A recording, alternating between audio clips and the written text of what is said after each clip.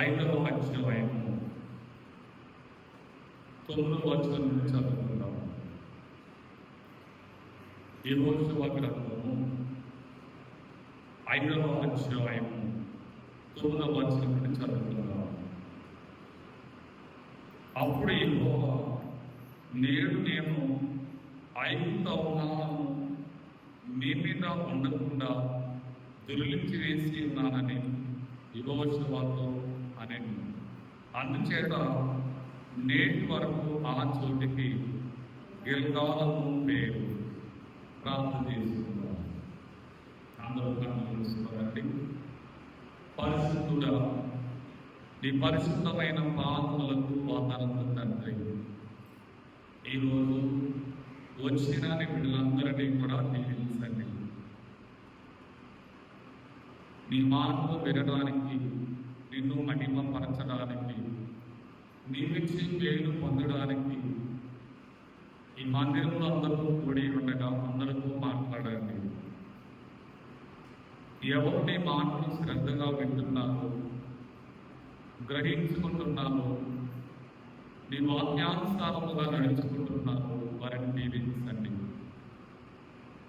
బోధించున్న దాసులు మీరే ఉందని యేసు నామములో వేడుకొనుచున్నాము తండ్రి. ఆమేన్. ప్రభువునందు దేవుని పిల్లలారా, దేవదేవునికి మహిమ కలుగును గాక. ఆమేన్. యెహోషువ గ్రంథము 5వ అధ్యాయం 9వ వచనంలో మనము చూసినప్పుడు దేవుడు యెహోషువతో మాట్లాడుతున్నారు. ఏమంటున్నారు దేవుడు? నేడు నేను ఐగుప్తు అవమానము మీ మీద ఉండకుండా దొర్లించి వేసి ఉన్నానని యెహోషువతో అనెను. దేవుడు యెహోషువతో ఏం చెప్తున్నారంటే, మీ మీద ఉన్న అవమానాన్ని నేను దొర్లించి ఉన్నాను. ఇశ్రాయేలీయులైన వారు ఐగుప్తు దేశములో ఐగుప్తీయుల వలన అనేకమైన అవమానములు పొందారు. ఐగుప్తీయులు ఇశ్రాయేలీయులైన వారిని అవమానపరిచారు. ఇశ్రాయేలీయులు ఐగుప్తు దేశములో బానిస జీవితాన్ని జీవించారు, వెట్టి చాకరీ చేశారు. ఐగుప్తీయుల చేత అవమానపరచబడ్డారు, దెబ్బలు తిన్నారు, నిందల అవమానములు పొందారు. ఐగుప్తీయులు ఇశ్రాయేలుని ఏం చేశారట? అవమానపరచారు. ఈ అవమానములన్నీ కూడా ఇశ్రాయేలీయులైన వారు ఐగుప్తీయుల వలన పొంది ఉన్నారు. అవమానాలు, శ్రమలు ఇవన్నీ ఇశ్రాయేలీయులు పొందినప్పుడు, అలాంటి సమయంలో ఇశ్రాయేలీయులు కలిగినటువంటి శ్రమలలో, అవమానాలలో ఇశ్రాయేలీయులు ఎవరికి మొరపెట్టారట? దేవునికి మొరపెట్టారు. నిర్గమకాండం 3వ అధ్యాయంలో మనము చూసినప్పుడు 7వ వచనం నుండి చదువుకుందాం. నిర్గమకాండం 3వ అధ్యాయం 7వ వచనం.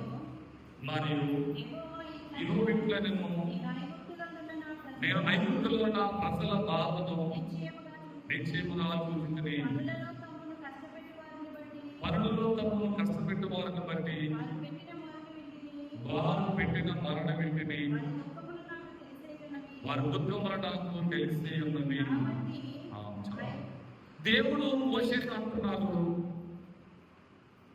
ఇశ్రాయేలు కలిగినటువంటి శ్రమలను, బాధలను, అవమానములను నాకు తెలిసి ఉన్నది. ఎందుకంటే ఇశ్రాయేలుట వారు కలిగిన శ్రమలు, అవమానములలో ఎవరికి మొరపెట్టారు? దేవునికి మొరపెట్టారు. ఎవరికైనా శ్రమ వచ్చినా, అవమానం వచ్చినా, బాధ వచ్చినా ఎవరికి మొరపెట్టాలి? దేవునికి మొరపెట్టాలి. ఇప్పుడు ఇశ్రాయేలీయులు కలిగినటువంటి శ్రమలలో, అవమానాలలో, బాధలలో ఇశ్రాయేలీయులు ఎవరికి మొరపెట్టారు? మన దేవుడికి మొరపెట్టారు. అంటే ఇంతవరకు కూడా వారు శ్రమలు పడుతున్నారు, అవమానాలు పొందుతున్నారు. కానీ ఆ శ్రమల అవమానాల్లో సరిగా దేవునికి మొరపెట్టలేదు. ఎప్పుడైతే వారు దేవుడికి మొరపెట్టారో వారి మొర ఎక్కడికి చేరిందట?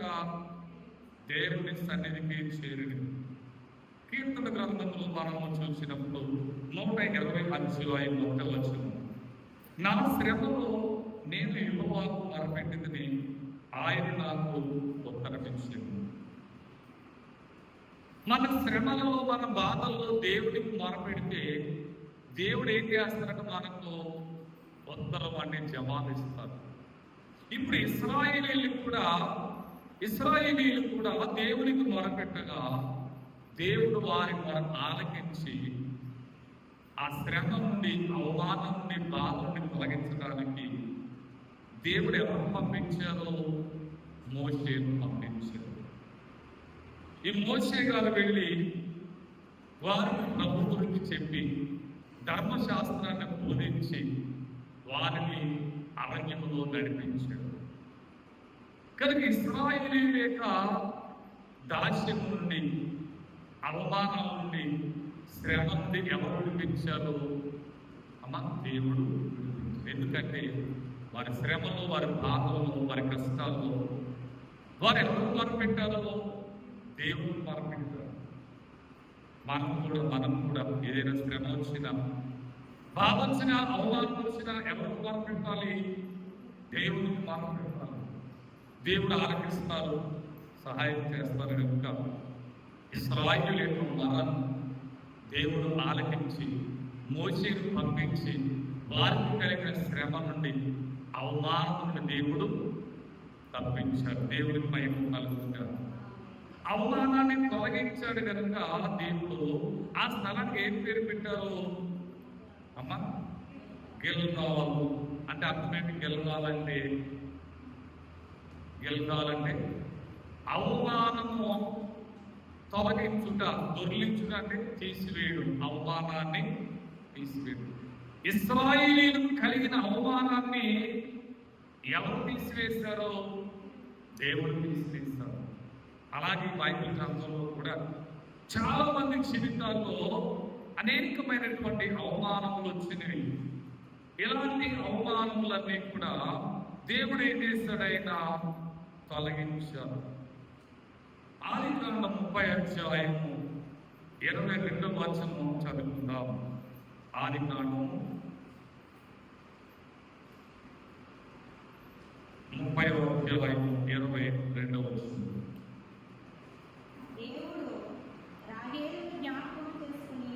దేవుడు రాహేలును జ్ఞాపకం చేసుకుని ఆమె మనవిని ఆమె గర్భం తెరిచెను.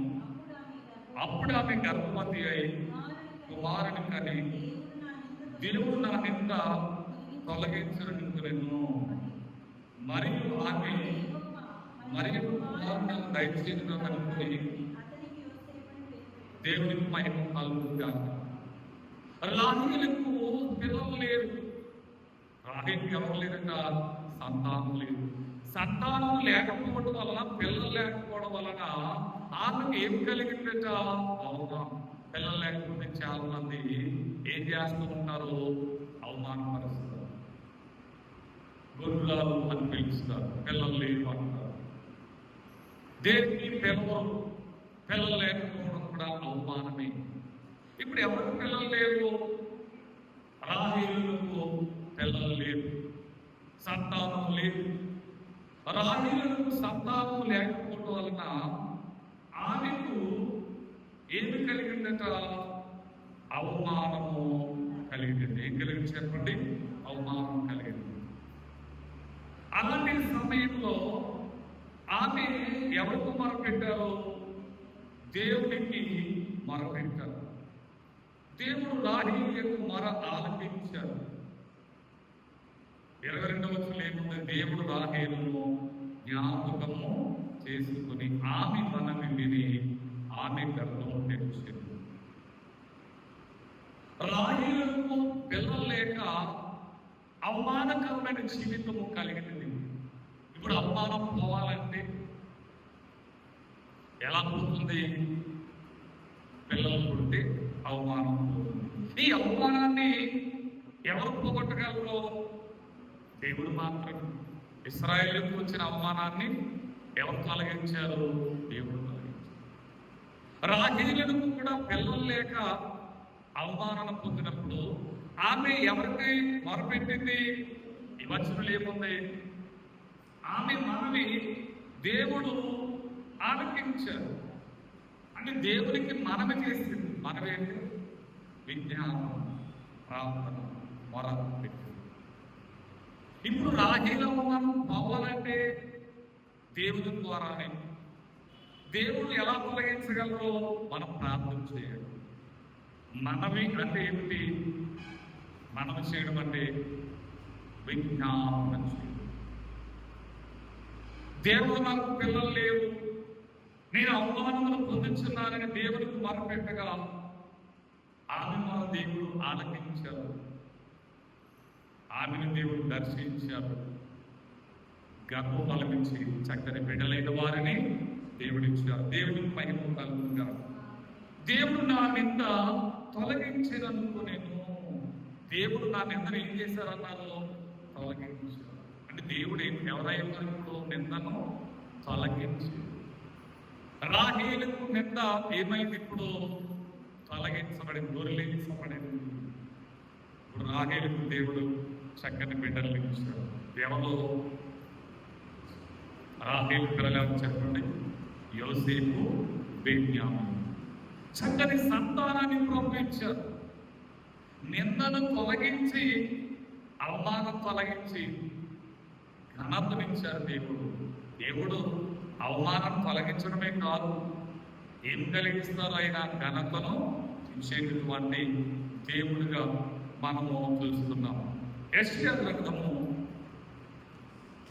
61వ అధ్యాయం 6-7 వచనాలు చదువుతున్నాం.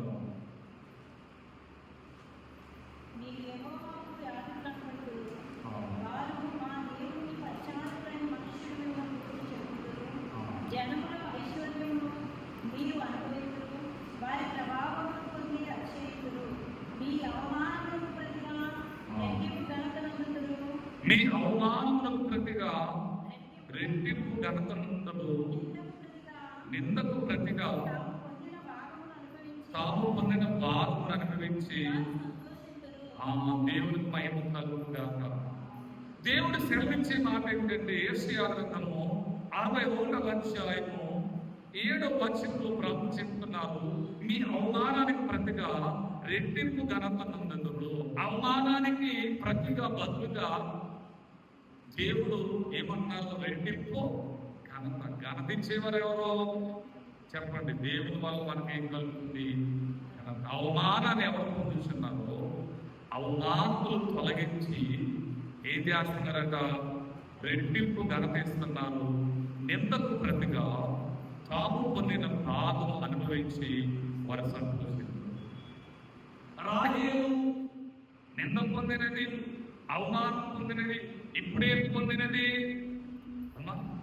నిందకు బదులుగా రాహేలుకు దేవుడు ఏమిచ్చారు? రెట్టింపు ఘనతిచ్చారు, సంతోషాన్ని ఇచ్చారు. ఇది దేవుడు చేయించిన గొప్ప కార్యం. నింద పోవాలి, రెట్టింపు ఘనత, ఆనందం పొందాలంటే మనము ఎవరికి మొరపెట్టాలి? దేవునికి మొరపెట్టాలి. దేవుని సహవాసంలో ఉండాలి. కనుక ఇశ్రాయేలు నిందను తొలగించిన దేవుడు రాహేలు కలిగిన నిందను కూడా దేవుడు తొలగిస్తున్నారు. ఆది కాండంలో 37వ అధ్యాయం, ఆది కాండము 37వ అధ్యాయం 23వ వచనం నుండి చదువుకుందాం.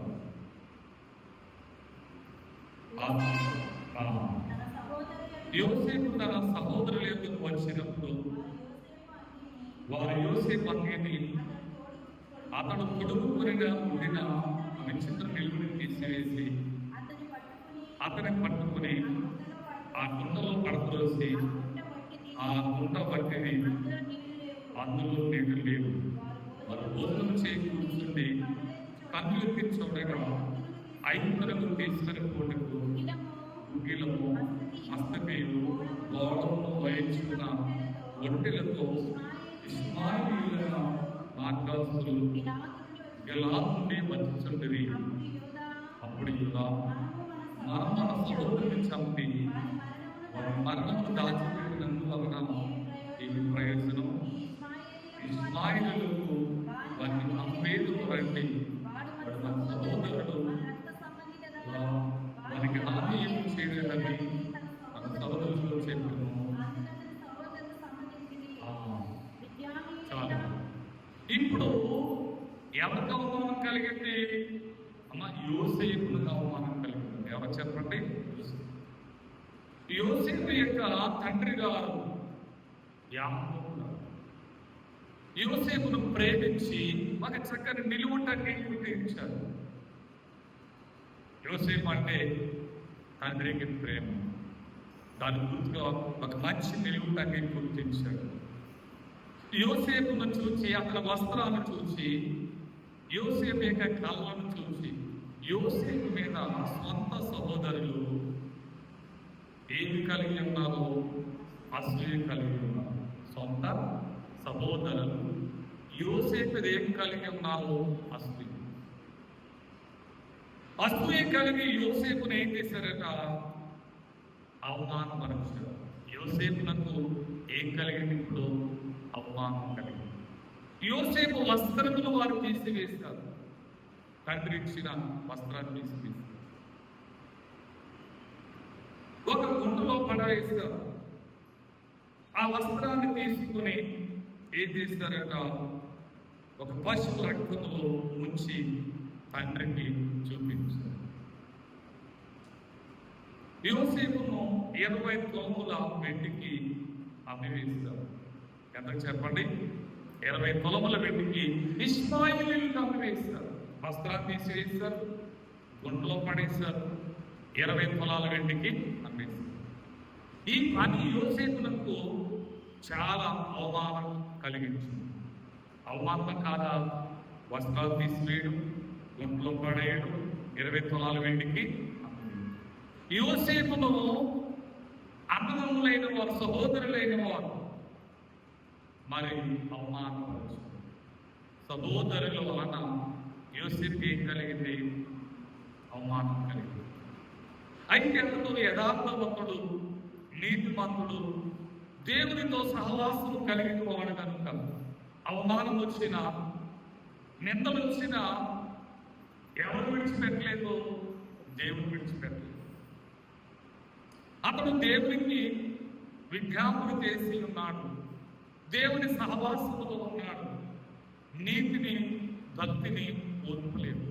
అవమానం వచ్చిందని, నింద వచ్చిందని ఎవరు దూరం కాలేదంటే దేవునికి దూరం కాలేదు. జైల్లో ఉన్నప్పటికీ అలాగే ఉన్నాడు. శ్రమ వచ్చిన, గొంతులో పడేసిన దేవునికి దూరం కాలేదు. దేవుడిని ఏమీ అనలేదు. అతడు భక్తిగా ఉన్నాడు, నీతిగా ఉన్నాడు. ప్రతి మరి భార్య అతన్ని పాపంలో పడవేయాలి అనుకున్నప్పటికీ కూడా పాపంలో పడకుండా నీతిమంతుడై ఉన్నాడు. అందుచేత దేవుడు అతనికి కలిగిన నిందను తొలగించారు, రెండింటి ఘనతలు ఇచ్చారు. ఎంత ఘనతిచ్చారు దేవుడు? ఆది కాండము మనము చూసినప్పుడు 41వ అధ్యాయం 42వ వచనం చదువుకుందాం. ఆది కాండం. మరియు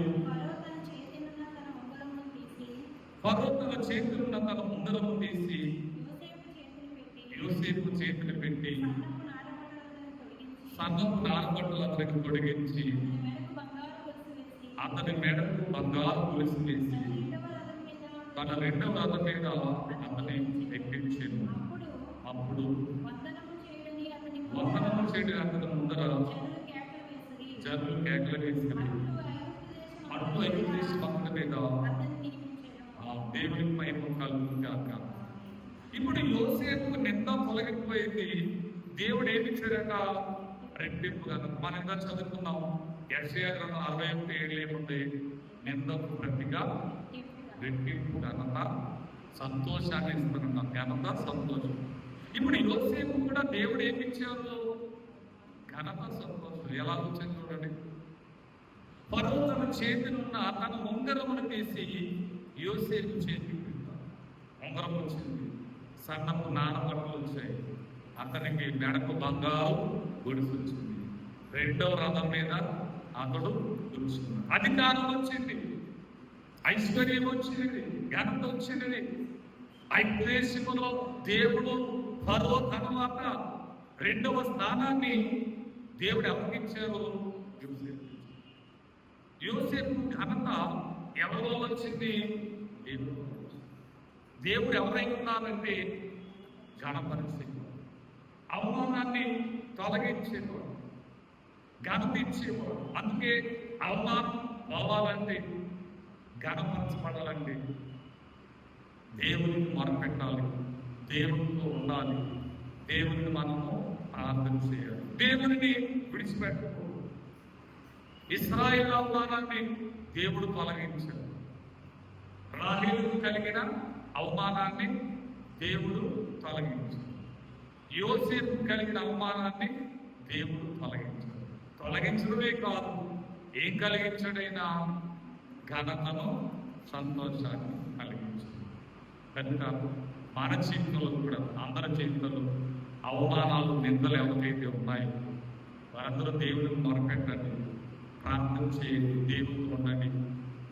ఎవరికి ఏ అవమానాలు, నిందలు ఉన్నాయో అవన్నీ తొలగించి దేవుడు ఏం చేస్తాడైనా రెట్టింపు ఘనపరుస్తాడు. ఇవాళ చాలా మంది మనుషులు లేని వారు తోటి వారి బలహీనతను చూసి అవమానపరుస్తారు. చదువు లేదని అవమానపరుస్తారు, పిల్లలు లేదని అవమానపరుస్తారు, ఇల్లు లేదని అవమానపరుస్తారు. మనుషులు ఏదైనా లోపం ఉంటే అవమానపరుస్తారు. లోపం లేకపోయినా కానీ, అసూయతోనైనా కానీ ఏం చేస్తున్నారు? అవమానపరిచే మనుషులు ఎంతమంది ఉన్నారు. కానీ దేవుడు ఎవరిని ఏమి చేయడం లేదు, అవమానపరిచే దేవుడు కాదు. ఎవరైనా అవమానాన్ని తొలగించేవాడు, గర్వించేవాడు. కానీ గిల్గాలు అర్థమేంటి? అవమానము తొలగించుగా. ఇప్పుడు దేవుడు ప్రతి వారి జీవితంలో అవమానాన్ని తొలగించి రెట్టింపు ఘనతను దేవుడు ఇస్తున్నాడు. కనుక మరి ఎవరి జీవితంలో అవమాన నిందలైతే ఉన్నాయో దేవుడు అందరి అవమానములు, నిందలు తొలగించి ఆయన ద్వారా, ఆయన ఎందుకు వచ్చిన వారికి, ఆయన నమ్మిన వారికి రెట్టింపు ఘనత ప్రభువుగా ఆయన చేయడం కాక. చిన్న ప్రార్థన చేసుకుందాము. పరిశుద్ధుడా, నీకు వందనాలు. ఇశ్రాయేలు కలిగిన అవమానాన్ని తొలగించారు, సంతోషించారు. రాహేలు కలిగిన అవమానాన్ని తొలగించి సంతోషించారు.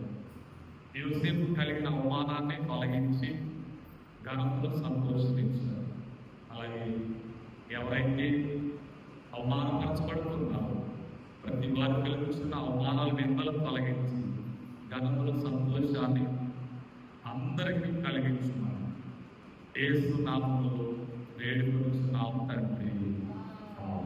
దేవునికి మహిమ కలుగును గాక. అందరికీ